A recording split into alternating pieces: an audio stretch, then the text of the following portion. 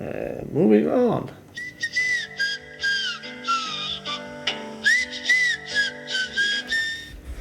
Hello. Welcome to the Go Grab That Day podcast. Hope everyone is well. Hope everyone is all set for Christmas and all that stuff, and enjoying yourselves as best you can, whether you're this side of the world or that, or in lockdown or out of lockdown or whatever, COVID free, all that stuff. But welcome to the podcast. Be the last one. Well, I'm going to talk about the last fights of 2020. So I'm sure a lot of people will be delighted to hear that, in the sense of 2020 is coming to an end. But yeah, the last bunch of fights. There'll be some other podcasts up over the next few days just talking about different things, but in terms of UFC fights, there won't be any more until, I believe, it's the middle or towards the end of January. But yeah, which is good, or which is unfortunate, but at the same time it's good that 2020 is coming to an end. I'm sure people are sick of the way things are going, but by the looks of it, it's not going to change too much in 2021, especially for a lot of people back home. But listen, keep your heads up. This will all come to an end eventually, I'm sure, and hopefully 2021 is a bit of a better year for everyone. But just keep your heads up, and whether you're in lockdown or out of lockdown, just stay with your families, be happy, enjoy your Christmas, and fuck COVID. Anyway, back to podcast stuff. So today we're going to talk about UFC Fight Night, Thompson versus Neal. Before I get into it, just want to say, as usual, thanks for everyone who keeps watching the videos and supporting it some bit. Please share it as much as you can, try and get more subscribers and stuff like that. As I said, just so I've been enjoying it, and I hope to make it bigger and better in 2021. It's just a slow process, trying to build up the page and build up the channel as best I can without losing the content, But yeah, please guys, keep supporting and all that stuff, and I appreciate it. For those of you that do watch and that have been liking and sharing it and stuff like that, plenty more to come. Anyway, into the fights. So as I said, UFC Fight Night, Thompson versus Neal. My last video, which I did only a few days ago, is up now on the page, so hopefully everyone liked that, talking about the massive UFC 256 card. But anyway, into this one. So we'll go to the prelims. This was not the biggest card in the world, but there was some very good fights on it. I'm going to skip through a few, like always. I'm going to start from the prelims here anyway. So Chris Thiagos won, Jimmy Flick, Gillian Robertson lost, which I was quite surprised via decision, against Talia Santos, which nothing to be ashamed of. Santos is a good fighter, but surprised Robertson was on quite a decent run. But moving on to Duran Win versus Antonio Arroyo. Duran Win won via decision. Not the greatest fight. I just want to talk very quickly based on this, because there's a couple of fighters I'm going to talk about this about. Duran Win, obviously being Daniel Cormier's kind of protege, or he's like a mini Daniel Cormier. I think they're friends, training partners, come from the same camp, all that. And you can see Duran Win fights just like DC, but not nearly as much ability. I'm going to talk about Duran Win now, kind of in a bad. He got a win, all right, but I don't want to say it was that catch weight, which I would imagine. I'm not 100% of the story, but I imagine it's probably because Duran Win either missed weight again or something, or couldn't get down to the weight, or maybe it was Arroyo. But what I wanted to talk about was Duran Win. As much as he's got a bit of hype behind him because of DC, he just doesn't put enough into the game, in my opinion. How many times now has he been if he hasn't missed weight, he's made weight, but he looks unfit. And he always looks kind of chubby for the weight as well. And the problem with him is he's a short guy, so he can't really, at the moment he's fighting at a catch weight, between welterweight and middleweight. But he can't really go up to middleweight because he's too small. And he has tried that and he has lost. So I don't know, there's a little lack of discipline there or something like that, which is strange, because usually wrestlers are known for how hard they cut weight and things like that. So it makes me wonder. I don't know. I'm not the biggest Deron Winn fan for that reason. I just think a guy like that who comes from such a great camp was given such a big chance with the UFC, and kind of he's not missing weight. He looks like he's overweight, or I don't know. Good win for him all the same. Let's see where he goes from here. Whether he decides to move up, move down, or if he's going to keep fighting at a catch weight. But anyway, good win for him. I'm not going to spend too much time shitting on him because he did win in the end. But maybe stop fucking eating. Pannie Kianza beats Sierra Eubanks. Moving on, and then the main fight of the prelims was Anthony Showtime Pettis versus Alex Morono. This was quite a good fight. Big step up for Alex Morono, but he gave a good account of himself. He put Pettis under pressure for a lot of the fight, but then Pettis' striking he started to kind of find his range. Pettis looked good. He just looked. I had noticed. I was listening to another podcast. They were talking about it. I had said this before. Pettis was obviously known. He's famous from fighting at lightweight. The Showtime kick and his days in the WEC. Being the lightweight champion in the UFC as well. But when he moved to welterweight, obviously he has a great win against Wonderboy Thompson. Knockout win, which is massive, but he always looked a little chubby at welterweight. Just a little, obviously he's still in shape, but a little bit chubby. And when it's not the heaviest weight class, so when you're fighting at that weight class but you look a little chubby, it's not really that good. But this time round, he was fighting at welterweight and he looked fit, he looked much more chiseled, just looked good all around. Striking looked good, takedown defense. It wasn't a runaway win, he had his problems in the fight, but he did well. I mean, Alex Morono's a tough guy. And in the end, I believe it was towards the end of the last round, Pettis caught him with a spin kick. But it was vintage Anthony Pettis. He kicked Morono with a low calf kick, and from there spun with the same leg and caught him on the side of the head, which is probably what saved Morono, but it was enough to still rock him. And Pettis started landing the shots after that. Didn't get the finish, but he won via decision. So good win for him. He has spoken about how he wants to go back down to lightweight and make a run at that title. He could do. I think he's better off at lightweight. I think that's his better weight. His healthier weight. But lightweight in the UFC is a fucking it's just it's, I don't know, what would you call it, like murderer's row.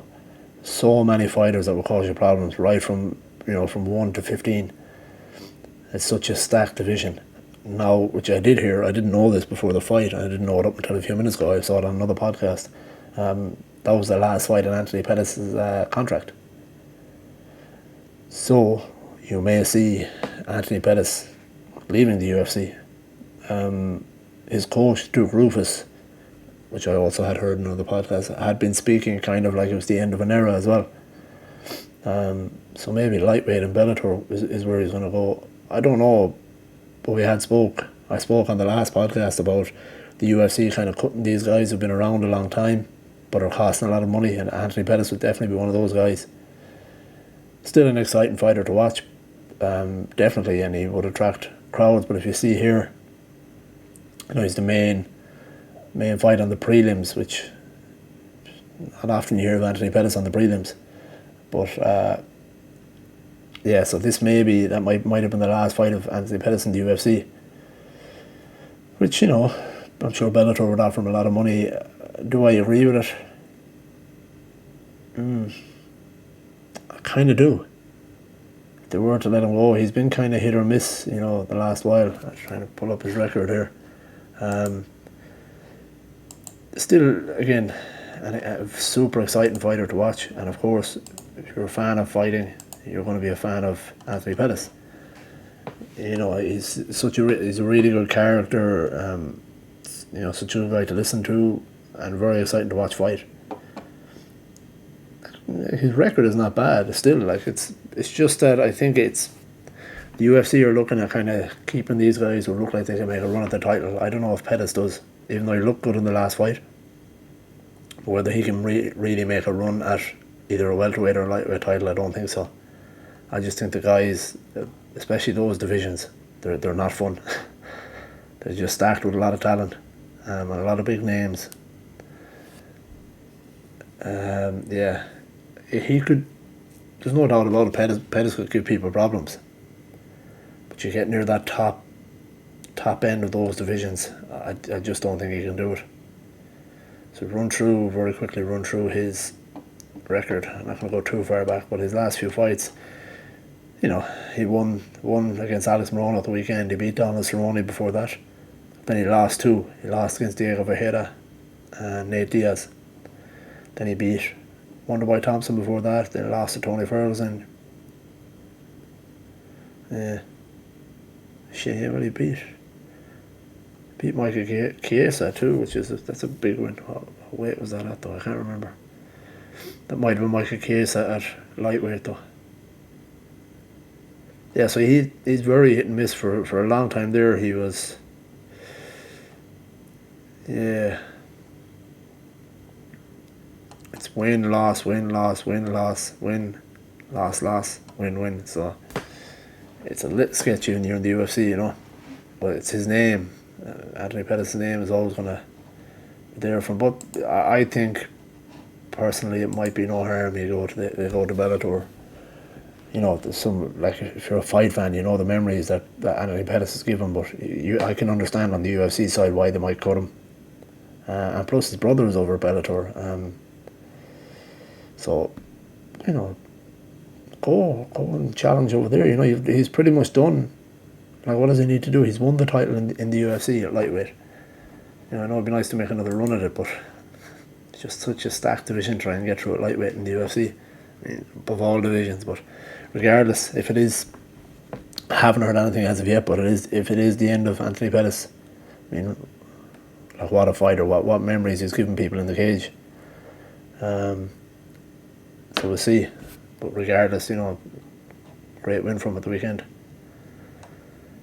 Anyway, but yeah, that's the thing. You're going to see a lot of that with the UFC now. These guys that, you know, are kind of borderline, looking okay, but maybe getting a bit slower, or, you know, showing any signs. I think the UFC are going to start cutting a lot of these boys.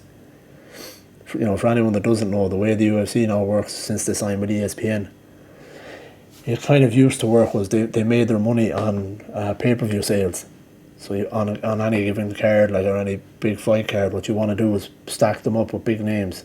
Like, you know, put your Anthony Pettis, especially for casual fans who don't really watch. So you always want to get your McGregors, your Anthony Pettis, you know, your Donald Cerrone's, these big names, Tony Ferguson, you know, basically the big names in the UFC, the Diaz brothers, them kind of things. You want to kind of get them guys on these pay-per-views so people will buy them.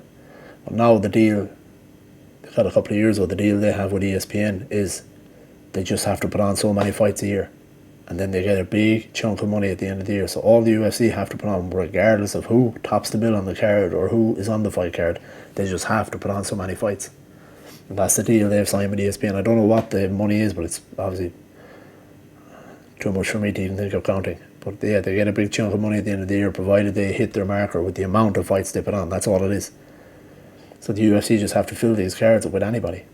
So the point I'm making is these names that have been hanging around, like I said, Anthony Pettis, like the Diaz brothers, even Conor McGregor, these guys who had a big, big say on the money they got and a big say on who they fought or when they fought, or big say in their contracts. They don't have it as much anymore. The likes of McGregor will still have a little bit of power, a lot more than other guys. But like your Pettis and your Diaz brothers, these guys that, you know, maybe aren't fighting as much. The Diaz brothers maybe a little bit because they've such a big fan base behind them. But like some of the other guys, like the UFC don't need to depend on them to sell cards. They don't care. The UFC do not care whether they sell the pay-per-view anymore. At the end of the day, they just got to put the pay-per-view on. So that's how it's working. They don't need their big names. And the point I'm making is, again, you're going to see a lot of these boys get cut. There's just the guys who have the big name, but maybe are floating around in and out of rankings, or midway through the rankings, whatever it may be. A lot of them guys aren't going to be sticking around anymore. You're going to have to perform if you want to stick around. I mean, look at, as I said, Yoel Romero, who didn't have such a bad record, and his losses have all been by split decisions, close decisions, things like that. So in a sense, it's a shame. But what it does do, I'm kind of for it and against it. But what it does do, I'd said on the last podcast, I think, is it gives a lot of these younger guys, these new guys coming up from the Contender Series, whatever it may be, your Kevin Hollands, these kind of guys, gives them a chance. Gives them chances to build a name for themselves. No, they're not, and also it won't be. You won't be using these older legends as stepping stones. You won't be seeing them getting their ass whooped by some fucking younger guy just to build a name for themselves. Now they build it off fighting each other, which is good. But as I'll talk about later, some of these, as we call them, legends, some of them aren't going to go too quietly because, as I said, we'll talk about the likes of Jose Aldo later. But now on to the main card, the first fight, which was Marcin Tybura and Greg Hardy. Yeah, I want to talk about fat people again. No, I'm just kidding. But yeah, Tybura won via TKO, round 2. Greg Hardy is I've spoke about him a bit before. Obviously, he's one of these guys who was very kind of controversial when he first broke in the UFC very quickly, I'm going to say, because I've said it previously. He came from the NFL, had kind of a bad reputation. He was in some sort of a domestic dispute with an ex-wife or a girlfriend, and supposedly she had claimed he hit her or something like that. I don't know. I'm not going to say too much on it, but this is why he had a bad reputation. And the UFC took him at that time, which people kind of weren't happy about either. And then he had a couple of fights where there was one DQ. One was a DQ, the other one he got in trouble for taking his inhaler between rounds. And as I said before as well, the inhaler, the reason it's illegal is, even if you're someone like Greg Hardy has asthma, which is fair enough, and for anyone who suffered, I've had asthma as a kid, it fucking sucks. But what an inhaler can do, even for someone without asthma, if you're tired, if you're like really tired and you're gassed and you take an inhaler, it opens up your lungs. So obviously that's why it's illegal, because fucking everybody can use it then. Anyway, he got in trouble for that fight, and then even me, I wasn't a big fan of him early on, but when you see how much his ability had come on, and because he's a big, explosive guy, I kind of became a little bit of a fan of him. But then it's turned a little bit again, because his last fight, which he won, didn't he? Yeah, he won his last fight. He had struggled to make the weight. He's at heavyweight. And never in the history of the UFC has a heavyweight failed to make weight. And he didn't, but he almost did. What happens is, for people that don't know, when you weigh in for the UFC, if you are overweight, whatever, by a couple of pounds or something, they give you an hour, I think it's an hour, to go and then try and cut that weight, and they give you another chance to weigh in. That's what happened with Greg Hardy. But when he weighed in, obviously the second time he was underweight. But this time again, there was no issues with him cutting weight, but he, like the way most divisions work, like you only have a small window of where you can, you can be a pound over, a pound or two under, whatever it may be. Otherwise, you're gonna pay for it in the fight. You can't really mess around. But in heavyweight, you can have a big window of being. You can be like a lighter, faster heavyweight, or you can be the bigger, stronger heavyweight, depending on what way you want your weight to be. And plenty of guys are different in the way they do it. Like look at Francis Ngannou. It's been said that he has to cut weight to get to heavyweight, but that's not an out of shape kind of thing. That's just that Francis Ngannou is from a different fucking planet. Because if you look at him, there isn't an ounce of body fat on him. He's just a monster. Simply just has to cut weight. That's just his body. He's a fucking giant. With Greg Hardy, who they say has to cut weight, and he always weighs in at the limit, just at the limit. But there's a lot of body fat and stuff like that, and he has this thing where he tends to gas a lot. And that's, I'm getting to the point of this fight, is you try and be like, for me, I didn't like Greg Hardy at the start. Then I kind of became a fan. We see him perform and stuff like that, and he is an exciting guy to watch. But then you wonder about his discipline again, because this fight at the start, in the first round, he was brilliant. He was piecing Tybura up. His jab looked really good, and the commentators have mentioned it. Greg Hardy, I think it was right hand, was super quick, and for a heavyweight there was no wind up. It was just so quick. He popped it out really quick every time. Yeah, that was the first round. And again, it looked really good. Striking, his takedown defense, everything looked really good in that first round. Came out the second round, and again, in between rounds, you can hear his breathing, and it's real heavy, and he's struggling to catch his breath. Now, again, he's a guy who suffers asthma, which will do it, but I've said before, if it's that bad, you probably shouldn't be fucking fighting. But for me, I don't think that's the problem. I think with Hardy, it's a discipline problem. I think it just doesn't work on whether it's nutrition or fucking running or whatever, cardio, I don't know, but which is a shame because he actually is a good fighter. He's young in the game. I don't think he's ever going to go on to win the title, but he's going to cause people a lot of problems with how fast and explosive he is. But there's no point in that only being in the first round every time, which seems to be his issue. Because as I said, he came out for the second round, the fight completely changed. The second round, he just didn't look as quick. Tibura started to land his jab, and when he took him down, Hardy had nothing for him. Tibura took him down, Hardy had nothing, and even when Tibura was landing shots, Hardy didn't even really look like he wanted to get out of it. He completely gassed. Again, which is a shame. There's a lot of people who were delighted to see him lose. I wasn't. I kind of wanted to see him win. I wanted to see how good he could be. Despite all the bullshit behind his name and stuff like that, I wanted to see how good he could improve, and with his explosiveness, would he, maybe start to challenge some of the the guys at the top end. He definitely has to go and look at whether he really wants this, or whether he work on your fucking cardio or cut some weight or something, because now the blueprint is out there. Those kind of questions before, maybe Hardy's, and it looked like he was improving his cardio, but now guys they know how to beat Greg Hardy. The blueprint is there. It's easy. You just gotta survive that first round, let him get tired. When you get heavyweights that can move a little bit, and that's all they're going to do is just move away from him, let him get tired. Fake shots so he tires himself up by trying to hit, fight them off, or just fucking grapple with him. Now in the first round, he was really good at fighting off the takedowns, as I said. But different fighter when he came out the second round, just completely gassed. It's a shame, because a lot of the people who, as I said, want to see him lose, and who don't like Greg Hardy, he's not really helping himself. But we'll see. Maybe this will be a lesson for him, and he'll work on that issue. But who knows? But good win for Marcin Tibura. Yeah, so the next fight on the main card, Marlon Moraes versus Rob Font. Good fight too.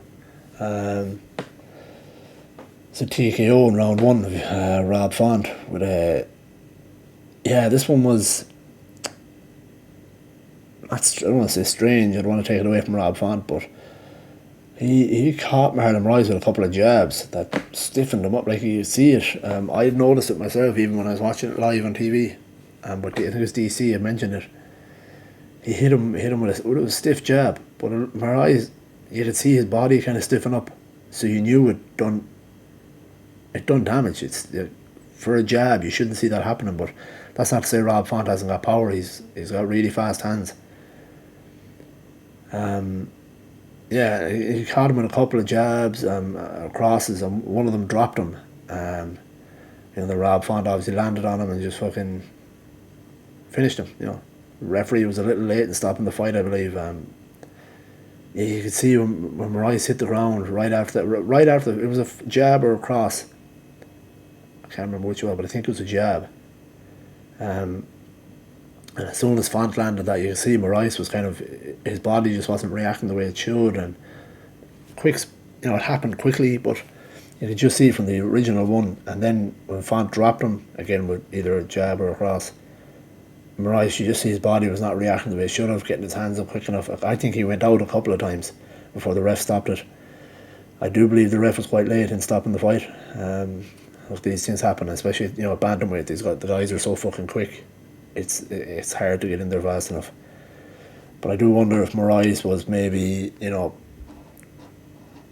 if compromised is the word, from his last fight. He got knocked out against Corey Sandhagen.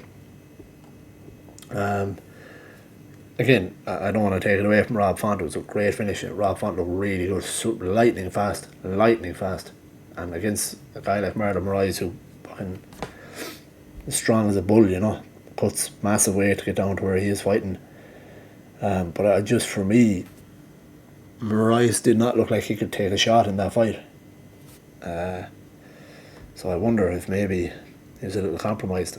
His last fight was on the 10th of October, so I mean, plenty. I say plenty. It's a quick enough turnaround, but it's a reasonable enough amount of recovery time. But again, with a knockout or TKO, you never know what kind of damage it has done. You look at Moraes' record, you got to wonder where he's going to go next. His record isn't bad by any means, but he just doesn't look like he'd on a run there, beat John Dodson, Sterling, Jimmy Rivera, Rafael Assunção, and then lost to Henry Cejudo, then beat Jose Aldo in a split decision, which I thought he lost, to be honest. And then lost to Santagan, and now lost to Rob Font. I'm not suggesting that they're going to cut Marlon Moraes by any means. I'm just saying, I wonder where he goes next. Back to the drawing board, I believe. I think he recently left his camp to go to another camp. I can't remember who he fought with, but I can't. For the life of me, I can't remember who he used to fight with. He was with it. I know at one point. I think he was with Mark Henry's camp originally, which is a great camp. But I think he left them then to go somewhere else, and since that he has not been the same guy. I think after the Henry Cejudo fight, I believe he left Mark Henry's camp. And for those of you that don't know, Mark Henry's camp is one of the best in the game. He's just a super coach, but maybe he had his reasons to leave. But you just wonder, it makes you wonder what his next move is. Like, he could possibly move up in weight, but he cuts a lot of weight, and he's a big dude for that division. So who knows? But credit to Rob Font, it was a great win. My only problem with that fight is the referee was quite late. But these things happen, as I said, especially at bantamweight. They're so fucking fast. It can be hard for the referee to get in there sometimes. But great win for Rob Font. Rob Font is a dangerous guy for anyone in that division too. Super, super fast, super well rounded. So be interesting to see. Moving on, we have the welterweight division. This is a good fight too. Michel Pereira, Michael, for those of you that don't live with a Brazilian, versus Chaos Williams, Kaleem Williams. This was not the fight everyone thought it would be. Obviously, everyone, Michel Pereira obviously is, anyone that has seen his fights, how exciting he is and how crazy he is. He does always trying showtime kicks, and he tries a bit of everything, jumping off the cage, and he dances coming in, and very exciting fighter to watch sometimes. A bit too much in my opinion. In fact, far too much in my opinion. But he got the decision win here, rightly so. With Chaos Williams, I just think, both very exciting fighters, and I just think it was Pereira's movement that kind of shut down Chaos Williams' striking. Both of them were kind of feeding off feints, and they're both feeding off each other's feints, trying to counter strike, and it kind of made for a little more, not a boring fight, but just more than what people had thought. People thought this fight was going to be crazy, obviously, and thought somebody was definitely getting finished, and at times it was exciting. Pereira was a great win, but he's another guy who pisses me off a little bit, in the sense of he is unbelievably talented, super athletic, and a huge guy for the welterweight division, but just does too much of the highlight shit sometimes. He's great. Like I said, he's great at doing all these showtime kicks and stuff like that. Like at one point in the fight, now his actual movement and his technique is very good. He's very confusing the way he moves. Sometimes that's all he offers. It's just movement. Moves, keeps moving, stops people from hitting him, and then he'll do it. But in my opinion, if he just cut down some of the crazy movement into just focusing solely on his footwork and things like that, he would be a bad matchup for anyone. Because he does move crazy, but like he does these, like I said, these explosions of,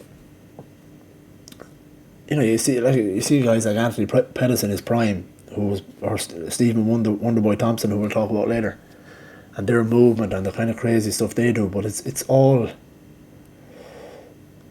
with an aim to try and either trick you or land. But sometimes his movement is just to kind of excite the crowd, and he did a thing, I don't even know what you call it, but midway through the fight he did what looked like a fucking buck kick or like a donkey kick, rolled, spun on the ground and kicked both of his legs up behind him. Now he didn't get anywhere near Chaos Williams, but it's just all of that movement into something that most likely is not going to land. I mean, you'd have to be perfect to land that. These, just for me, some of that there's no need for it. And you see some of the guys, get some crazy knockouts, and he has some good knockouts, but it's just, he spends more time looking for the flashy stuff than he does just focusing on his game. And look, I'm not going to shit on him too much. It was a great win, and he did show some grappling at the end of this, which won him the fight, which was really good, I have to say. But I just think if he hones in some of that crazy, outlandish jumping, spinning and all that kind of stuff, just a little bit, not totally, because that's the guy he is. He is super exciting. But it could be twice as exciting if he just cuts it down a little bit. Not these rolling thunders or whatever the hell you want to call it. There's no need for them. Especially now there's no crowd there. So who's he trying to excite? And it's going to just be his downfall if he doesn't just bring it in a little bit. But again, it's really exciting. Like, he is an exciting fighter. Excuse me. Just needs to ease up on it a little bit. Like, I was watching the fight, and you kind of get over it. It's funny sometimes when it's exciting, but you get over it a little bit when he's missing and he's not landing. And a couple of times he was switching his feet really quick, but then he'd do nothing with it. But he did give Chaos Williams problems in the sense of he couldn't get a read on him, which is very hard to get a read on because he moves so much and his stance is so weird. But moving up in that division, guys are going to cause you problems if you don't have an end game, or if all of this movement keeps leading to nothing. Guys will let you move. You go up against guys in the top part of that division, the welterweight division.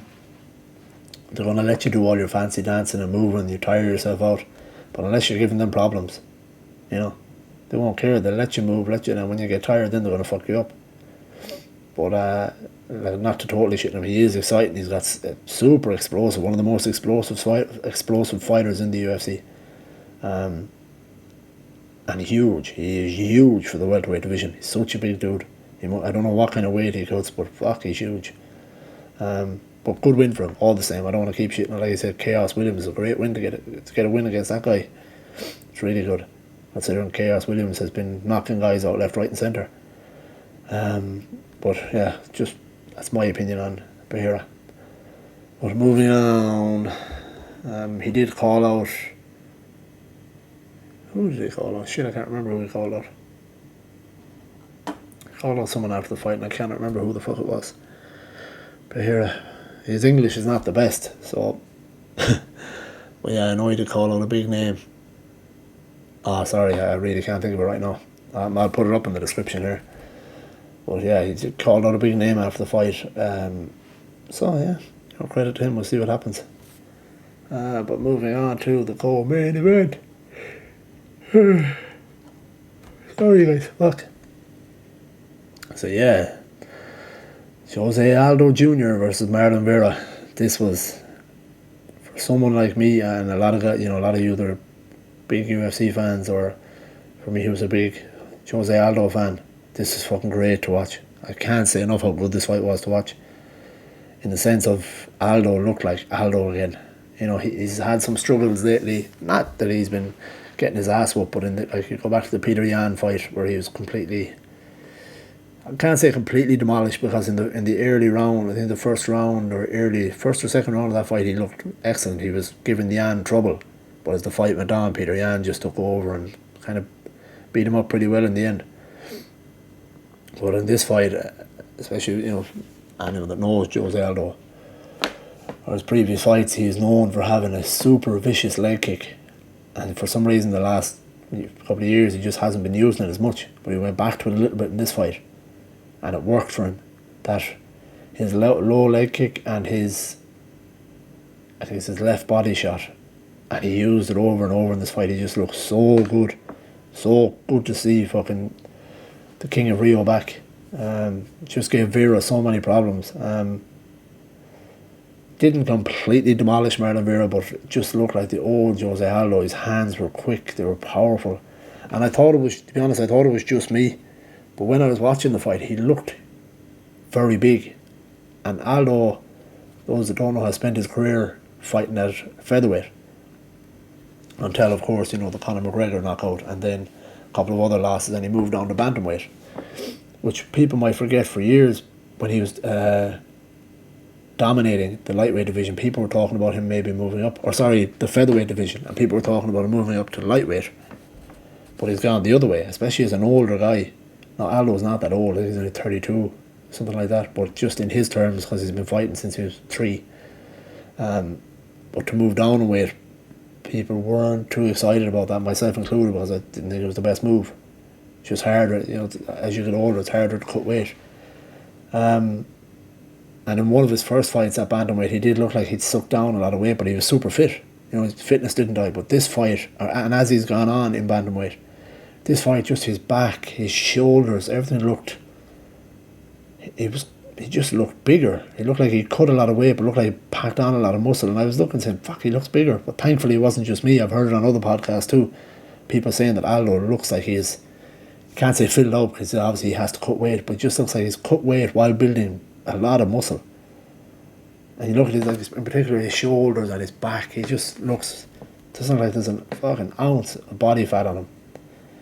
And it showed, like, his cardio was good in the fight. And Marlon Vera was a dangerous fighter. He just completely beat the shit out of Sugar Sean O'Malley in his last fight. So Vera's one of those guys people were looking at to challenge for the title. But you come against a hungry Jose Aldo with leg kicks, body shots, and grappling. He took, I know people are there is people shitting on him for it, but in the third round, Aldo took Vera down, and got the body lock on him, and basically didn't really do much with it, but just, was landing shots, would move and keeping Vera, but he did his job, he won the fight, which is good to see. But then when you go through the entire fight, you see his striking was there, his takedown defence was ridiculous, and then he takes Vera down and controls him in the third round. Can't say a flawless victory, because Vera did have his moments, but pretty close. And again, if you get Aldo coming back with his leg kicks, his body shots, and a strong, fit Aldo, he's going to cause problems for people in that division. That's good to see, because I spent a lot of time lately shitting on guys who, maybe a little past their prime. And I was kind of, not that I thought he was past it, but I was flirting with that after the Peter Yan fight with Aldo. I was thinking maybe it's time to walk away. You don't like to see legends get beat like that. But he proved me wrong, and there's like the UFC they're not going to be looking at cutting him with the way he's fighting. It's just great to see such a good fight, to see the old Aldo looking like himself again, with his vicious, his body shots, just sickening. That left body shot it's a sickening thing to see. It's such good technique. But also what I like, if you listen to Luke Thomas, she gave a good description, a good breakdown of Jose Aldo. He said the difference with him is a lot of guys coming up now through the UFC and MMA in general, they all fight not the same way, but they all fight like in a particular way. Like they're so well rounded that their movement is, like, if you look at the old, like Aldo, the old Thai fighters, they have a very static kind of stance. It's real guarded and static, but they throw everything with power. Whereas nowadays guys don't do that anymore, because people are so well rounded. and they're all trying to they're trying to have so much movement and things like that you can't really fight that way, whereas Aldo does. But what Luke Thomas was saying was that almost benefits him, because all the other guys are trying to fight the other way. Aldo does this way so well. He's so guarded, but then when he explodes, it's vicious, it's powerful. There's nothing thrown like to kind of get a feeler. Everything is power. The body shot is power. The leg kicks power, and it's great. I cannot wait to see him fight again. I hope this is the Aldo we get to see now for the next while. It's good to see, because so many people forgot how good Aldo has been, and I've done a little segment on the podcast about him. But yeah, really good to see. And if you're going to see Aldo go back to throwing leg kicks, especially now with the calf kick, which is such a big thing, if you see Aldo smashing guys in the calf, fuck, he's going to cause problems. No one has leg kicks like him. But great win for him. Who he called out, actually, TJ Dillashaw. It's an interesting fight, actually. That would be a good one to see. Tough one for both guys, to be honest. That would be a hard one to call, because obviously Dillashaw been out for a while, but Dillashaw's a good test for Aldo too. But that, yeah, would be an interesting fight. But yeah, brilliant. The fucking King of Rio is back. I could not be happier to see that. Great win for him, but not to totally ignore Marlon Vera, who is, this fight doesn't damage him too much. He's still an exciting fighter. He was not out of that fight by any means. He took a lot of shots, and he was still there giving Aldo trouble whenever he had the chance. But Aldo was just a step ahead of him. But yeah, great fight, great to see, and it's good to have Aldo back. And then on to the main event, which was Stephen Wonderboy Thompson versus Jeff Hands of Steel Neal. This was, we talked about Aldo, winning pretty clearly, but not totally dominating. Like, it didn't completely dominate Marlon Vera. The main event, Wonderboy Thompson completely dominated Jeff Neal. In my opinion, Jeff Neal, obviously you got a nickname like Hands of Steel. You're known for your knockouts and your power.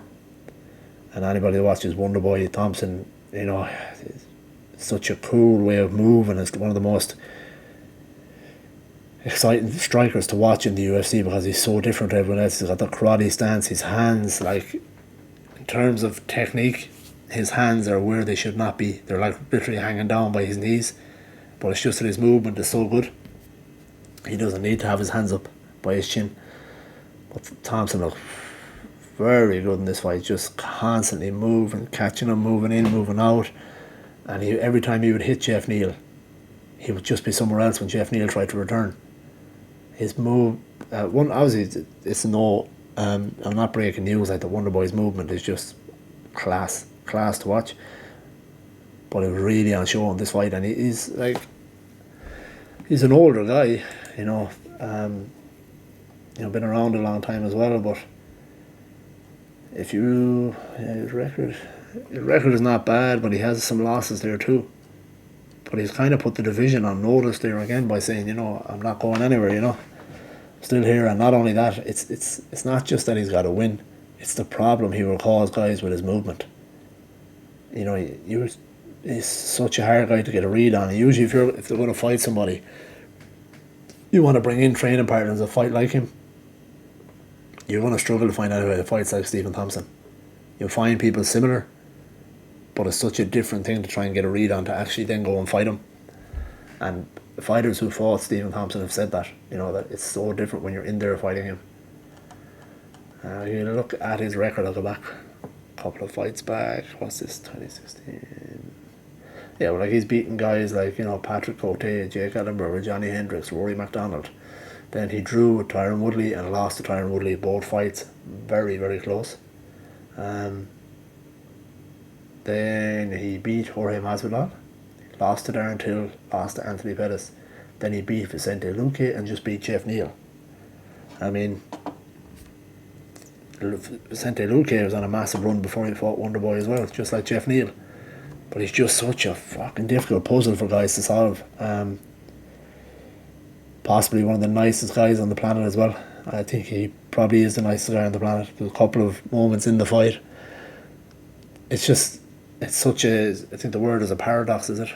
Um, I think it is anyway, where he's the nicest guy in the world, but the most vicious in the way he can cause such damage to guys too. Vicious is not the right word, but just a friend of mine once said like he would give you the politest ass whooping ever. Um, and in this fight, there was a couple of moments like that. At one point, they were up against the cage. Wonderboy had his double underhooks on Jeff Neal, and I don't know that Jeff Neal just did his mouth guard fall out or the Wonderboy knock it out. But before the ref even saw it, like usually when your mouth guard falls out or gets knocked out, the ref will try and get you to get it straight away. Obviously to protect your fucking teeth, but before the ref had even seen it, Wonderboy stopped, let Jeff Neal get his mouth guard and get back into position. Where other guys would have took that as a fucking opportunity to land a shot. Stopped, let him get it back in, go back into position. At another point, which you never see, but anyway, another point, this like Wonderboy was dominating throughout the entire fight. And at one point he hits Jeff Neal hard.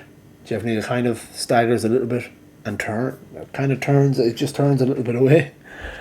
I Wonderboy asked him, you okay, you good? You can hear it, especially with there's no crowd in the UFC now. But he says to him, you good? Jeff Neal turns, says yes, and puts out the glove touches and they restart again.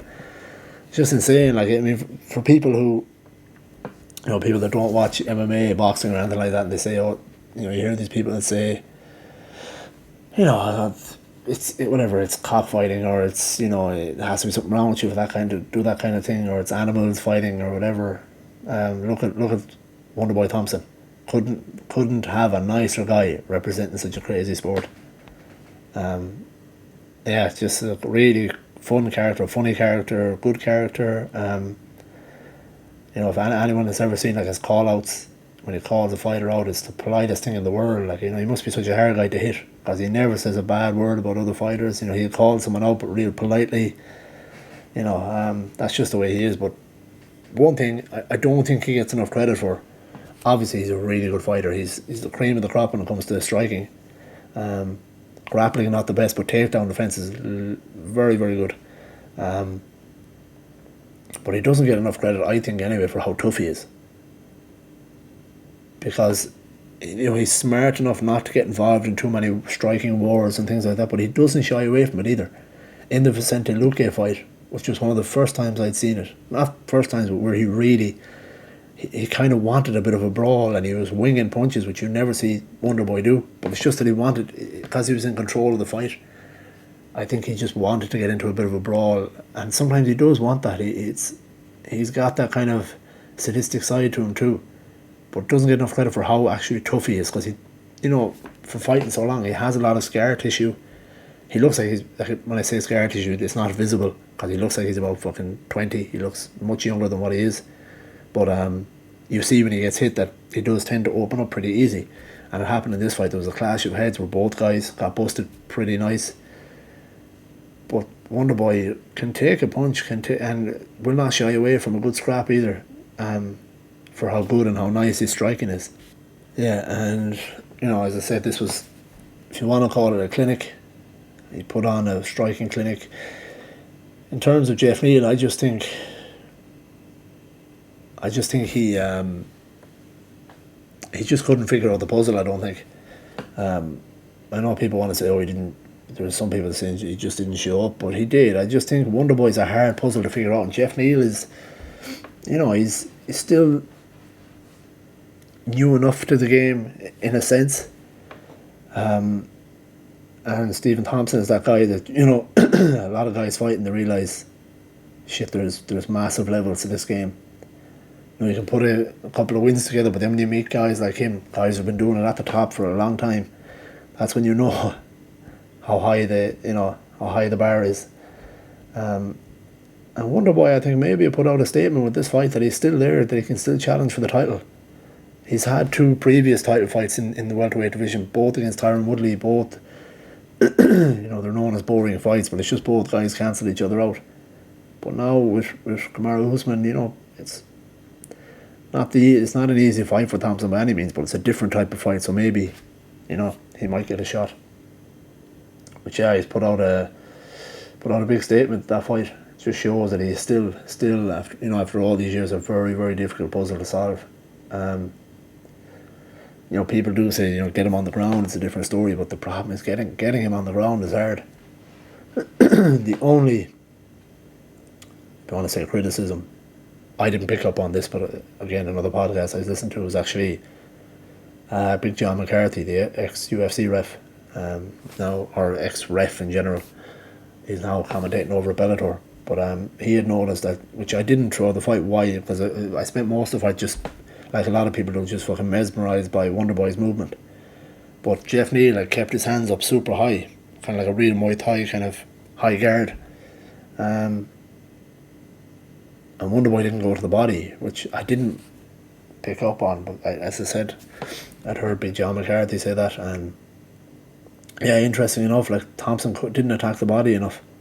I hadn't noticed, but it's almost hypnotising to watch Wonderboy move sometimes. But yeah, it's a super win for him, and I can't wait to see who he fights next. And again, such a good character, a fun character, and it's good to see him kind of. It's good. It's good to see him get a win. He deserves it. He's another one of those very good characters for the UFC and MMA in general. He and his father run a karate school. I don't know where he's from, but somewhere in America. They run a karate school, and I know they do some really good things for the community. Like Wonderboy himself, they have an actual school bus belong to their karate school, karate gym, and whether it's either him or his father, they will go around picking up all the kids to bring to their classes. And it's, the characters like that, they're not as easy found anymore. So he's a very good character for the UFC, for MMA in general, fighting in general. Yeah, and he is delighted to see him get a win. It's just back to the drawing board for Jeff Neal. He's by no means. It just needs to go back, try and figure out that puzzle, and this is good for him because as John Kavanagh would say, you win or you learn. So this just gives him a sense of how high the ceiling is in terms of the UFC and the welterweight division and things like that. And Wonderboy he's going to pose those kind of problems for people, no matter who you are. But yeah, it'll be very interesting to see who he fights next. But that's the end of that. Again, good card, but yeah, not too many big names, but there's some pretty good fights. As I said, the Aldo one was brilliant. But yeah, the Rob Font win. But that's the end of it for 2020. So yeah, I believe the next card it's like the 16th of January, I believe. Who is headlining that? I can't remember, but I think that's the one. It's the week before the McGregor and Poirier card, I believe, but I don't have it in front of me here. But you can check that yourselves. But yeah, that's the last card for a few weeks. I will have, obviously that'll be the end of the fight discussions or the actual fight cards, but it's not going to be, I'm still going to put up at least one podcast a week, just talking about some other stuff. I have some things lined up, all in the fight realm for now anyway, and as I said, there will be some other things. I have one of the guys, for those of you that don't know, the Wimp to Warrior program, which is kind of run around the world, which I took part in here last year, and I believe they now have a couple of camps coming up back home in Ireland, basically just for people who want to fight, want to go into a legit fight camp and just see what it's like. Whether you have experience or zero experience, that's what the Wimp to Warrior is about. But they do a legit camp with, legit coaches, and that's what I did here last year with City Kickboxing, Eugene Behrman, Adesanya, Dan Hooker, all those guys were training us, which is great. But I'm going to have a podcast on that, and I'm going to have the founder and the owner of Wimp to Warrior, Richie Cranny, he's gonna come on and talk to me about it. It's just a matter of setting up a date and stuff like that. Obviously around Christmas is quite hard, but tune in for that. That'll be quite fun listening to Richie kind of tell us about. We're gonna just pick his brain on where Wimp to Warrior came from and where he came up with the idea. But cool character, a nice guy to talk to, and thankfully he's, he said it, no problem with him coming on and having a discussion. Obviously it'll all be done through whether it's Skype or Zoom or whatever the kids are using these days. Something like that, just to make it easier on both of us. Richie's based in Australia anyway, and obviously I'm here in New Zealand, so it makes it a lot easier. But that will be something, I have said that, but that's something we're going to do. I spoke to another guy back home. He's Peter O'Halloran. He's a nutritionist, dietitian, personal trainer. He's brilliant. He's one of the best that Ireland has to offer. But a very funny guy. His social media stuff is really funny as well. And he has told me that once he's setting up a studio at the moment, that he will be on too. And I'm looking at another couple of other names. And as I said, I'm trying to get on it. Maybe it will be a fun thing. I'm going to have a friend of mine on who's a big fan of boxing. He's going to help me discuss the Jake Paul stuff, and I have said that previously. But some fun things coming up. And as I said, the podcast there will be still videos coming up over the next few weeks, based on different stuff. And some of those interviews will hopefully be in the next few weeks, or within the new year. Just have to set a date and a time and stuff like that, and that's it. Well, that's the end of it for now, anyway. I appreciate, guys, everyone that's been kind of supporting me some bit with this. I do want to, as I said, it's nowhere near I want it to be. I want to boost the subscription as much as I can, make this channel a little bigger. I have some plans set in place to try and boost it. It's a slow process, but I definitely want to keep doing this. I've been enjoying it. It helps me to get out my fight talk, so I shut up for the rest of the week. But no, I do really enjoy it, and I want to keep doing it. Still working on it. I said a lot of things we're still working on. We're going to eventually have it set that it's out the same day every week, so it's not so sporadic. Just at the moment, working a full-time job at the same time, it's not easy, but it will be a case we're going to pick a day and it'll be out. It'll be 2 podcasts out, one say on a Monday, maybe one on a Friday every week. That's how we're going to do it. It's just a matter of tweaking it, and it's going to be a slow process, but we'll get there. Just please keep watching the videos, liking them, subscribing. If you're bored, fucking sit at home, listen to my voice talking shit. Yeah, please keep liking, sharing, subscribing, the whole lot. Hope you all have a really good Christmas to everyone back home. Keep your heads up. I know there's all that talk about lockdown and shit like that, and thankfully we're not too bad here. We're by no means immune to it, because this place is there's no travel or anything here either, so everybody around the world is suffering some bit, whether it's on a low level or a high level, whatever it may be. But keep your heads up. This is it will pass, like everything. It'll pass eventually. Just try and have the best Christmas you can, and look, 2021 will be a better year. Thanks, guys, appreciate it. Happy Christmas to everyone.